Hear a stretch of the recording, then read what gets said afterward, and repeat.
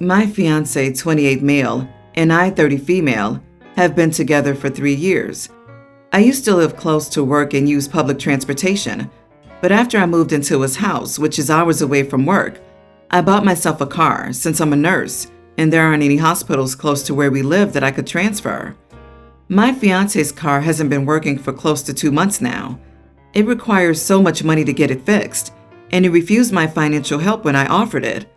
Instead, he would ask to use my car now and then, and I agreed as long as it's when I'm not working, and also since he only uses it for trips to the supermarket, etc. He told me he wanted to use my car to hang out with his friends and celebrate, but I declined because I had to cover a night shift and needed my car to travel to work. He insisted and even suggested I take the night off or swap shifts with another nurse, but I couldn't do that last minute. I thought he had dropped it then, but I couldn't find him or my car when I got out of the shower. So I freaked out and started calling for half an hour, but he didn't answer me. I tried again till one of his friends picked up, and I demanded he give the phone to my fiance, but he said they were out and confirmed that he had taken my car and told me that my fiance said that it's better that I skip my shift and he'll be back with my car later. I couldn't take it.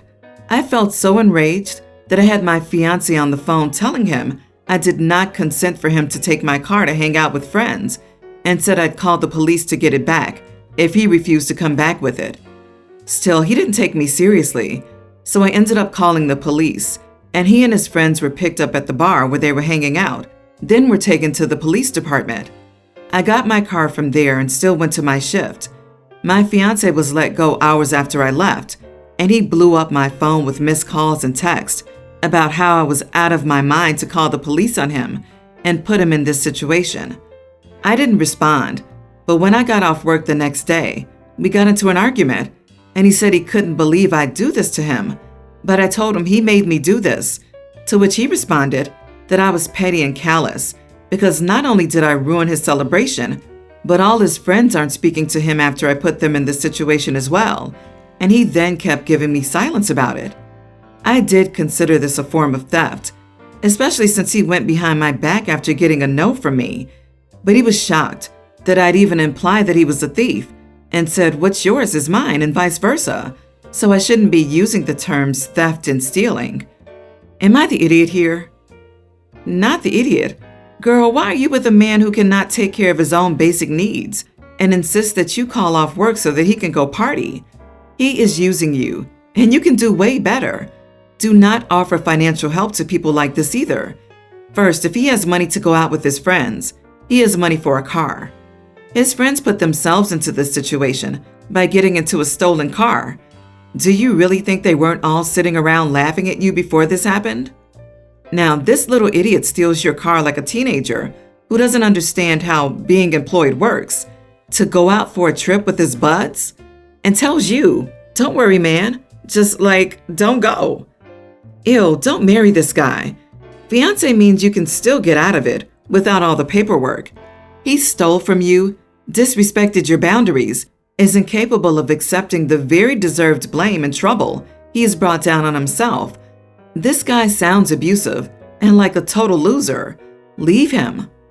Wow, he felt entitled to your property and believes that you, a nurse, have the luxury of simply calling off work on one of his whims? Why couldn't one of his friends drive? Better yet, why couldn't they get an Uber?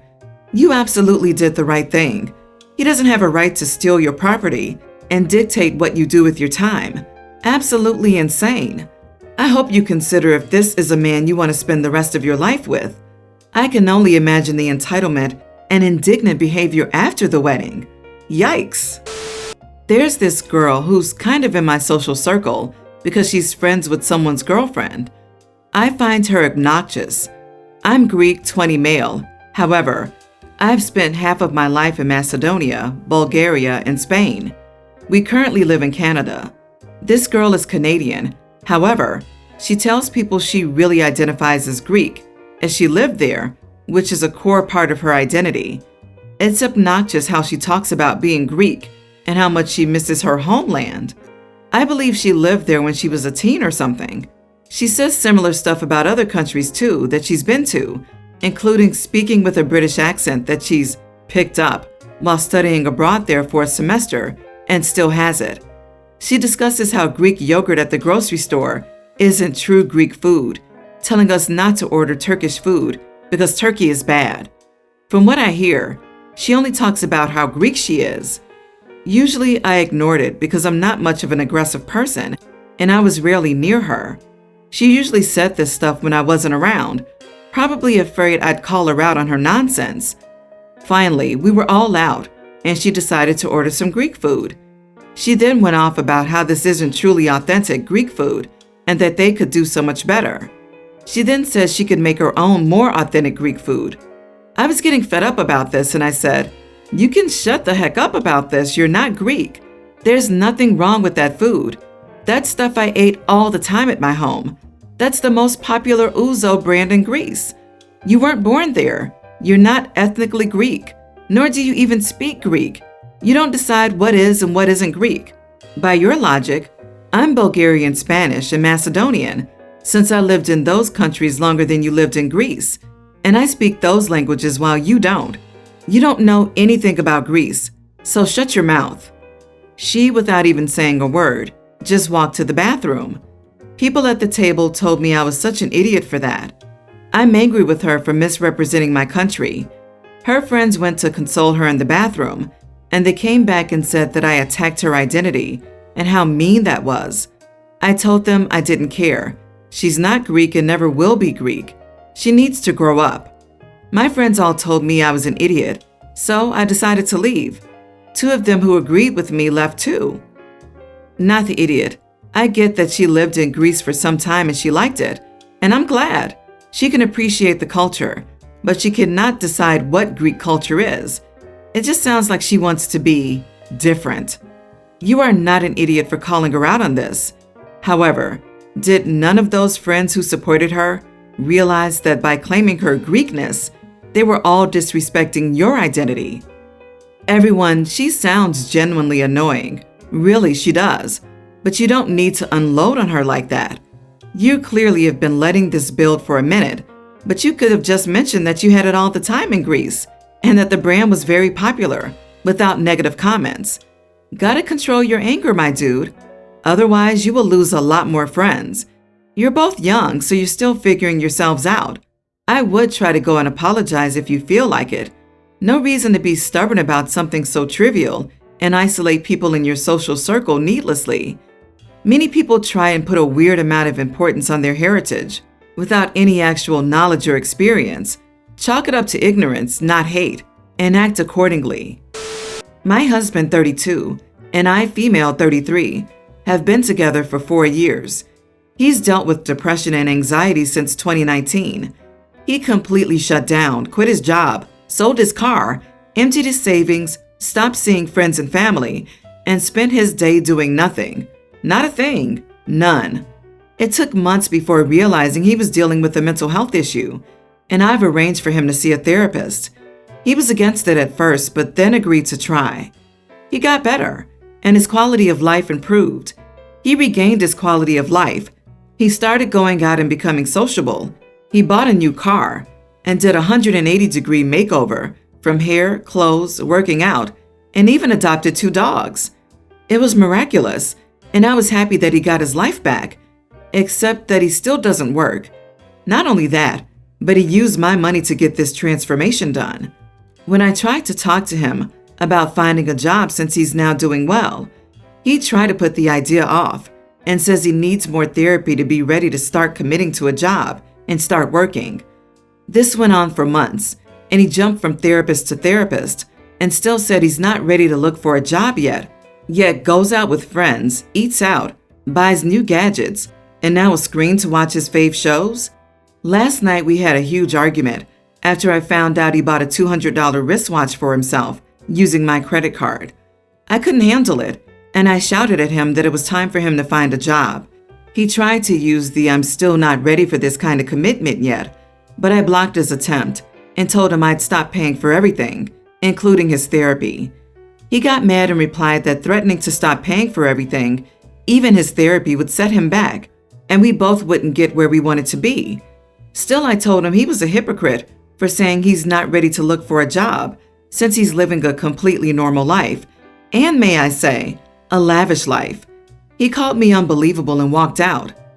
He called his mom, telling her I was losing it, and she got in the middle telling me off about what I said and told me to have some sympathy for him as he's still struggling to regain his strength. But I told her to stay out of it, which caused more rage for my in-laws. They're arranging for a meeting with me, but I don't plan on going, which might make matters worse. I just think now he's milking it. Am I the idiot for my stance? What is worse is that now I'm the bad guy in my in-laws' eyes. They accuse me of holding his progress back when I said I wouldn't pay for therapy anymore, and financially keep controlling him and claimed I'm preventing him from getting better.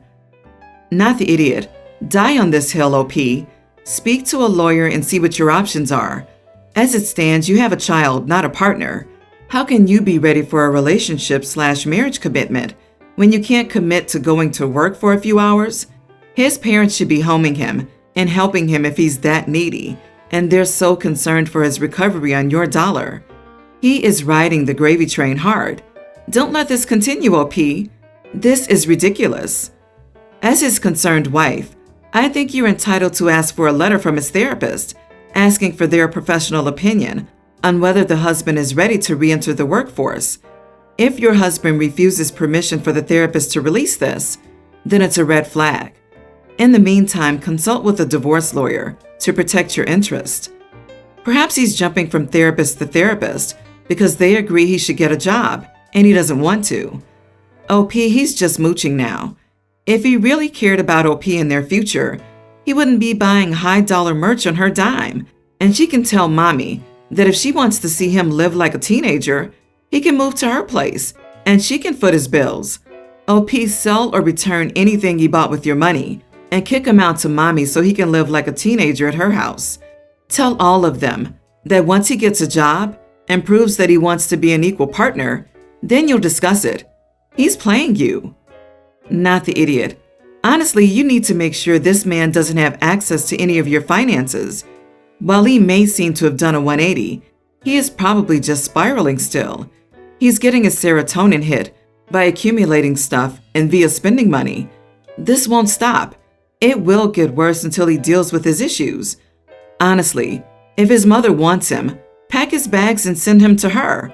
Pretty sure when he hits her credit card for hundreds, she'll change her mind.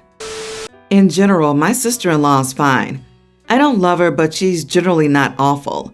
She thinks that everything should revolve around the kids, and that everything that anyone does with her kids is a bonding experience, and those are all so important. If anyone in the family is doing anything, she wants the kids to be involved. Even if we wanted to just be adults, she starts guilting us. There are some things that are totally appropriate. Things like baking cookies, sure, bring the kids. Building snowmen, sure. Decorating for Christmas, okay. But, for example, when my husband, her brother, and I were going on a hiking trip, she kept asking us to take the girls, as it would introduce them to the outdoors and be a great bonding experience. We said no, this was our couple time, not family time. She got all stinky about it, and even tried to send them over with bags in an attempt to guilt us into it. We mentioned over the holidays that we were going to be building a new addition to our home, and she immediately lit up and said how it would be a great bonding experience if we get the kids involved. Husband shot this down. It's something that he and I are working on together to make our home ours.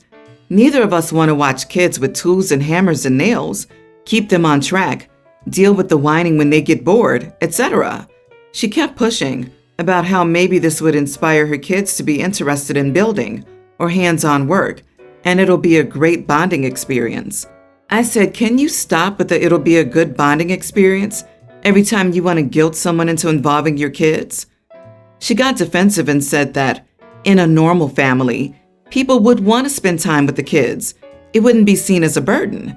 I said it's not a burden, but brought up our hiking trip as an example and said that it was intended for my husband and me to just hike, get intimate outdoors, maybe drink a little in the tent and relax.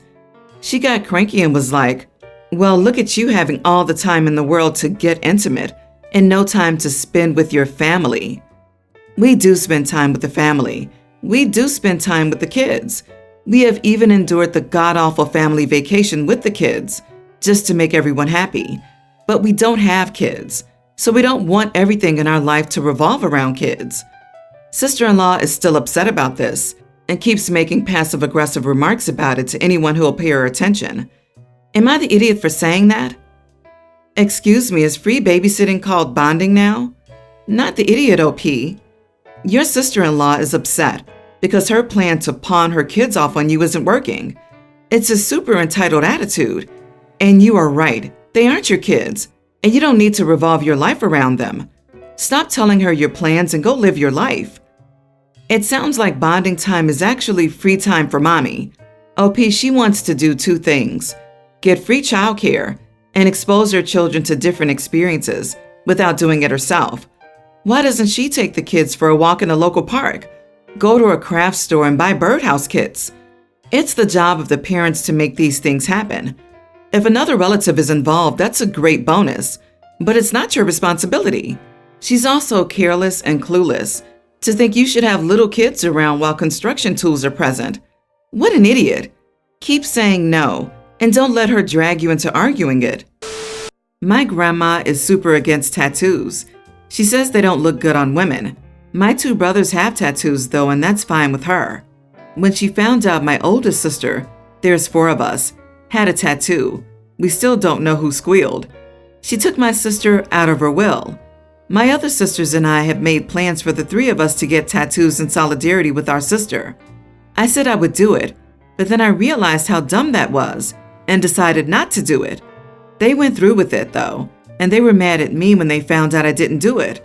My grandma took them off her will, and when she died, my 2 brothers and I inherited all her money and estates. My brothers and I gave our sisters a little bit of it, but they wanted us to split it equally. My sisters have been pressuring me, especially because I had said I was going to do that tattoo plan with them and then didn't do it. Am I the idiot for not getting the tattoo with them? Also, am I the idiot for not splitting the inheritance equally with them? I already gave them some, but they want more. You are the idiot. You were right about it being a stupid reason to do it, especially if it meant your brothers got all the money, and your grandma is ridiculous. But they were mad at you when they found out you didn't do it? So you promised. They went and got it done, and you didn't? No, hey, I thought about it, and I don't want a tattoo. Maybe we can make some agreement to share some of the money with sister. You knew they would be disinherited, and you'd get significantly more money. You shouldn't be guilted or coerced into getting a tattoo that you aren't 100% sure about. But this was about the money to you. If it weren't, you could have just told your grandma to disinherit you. Do this. It doesn't sound or appear to the outside that you changed your mind and forgot to tell them. Instead, it sounds like you talked them into getting a tattoo with a malicious Machiavellian intent. Good God, I'm somewhat surprised that you didn't tell Grams that the 2 boys were gay, or whatever was worthy of disinheriting them in their grandma's mind to get the entire estate herself. I'm curious how OP's grandmother found out about the original tattoo.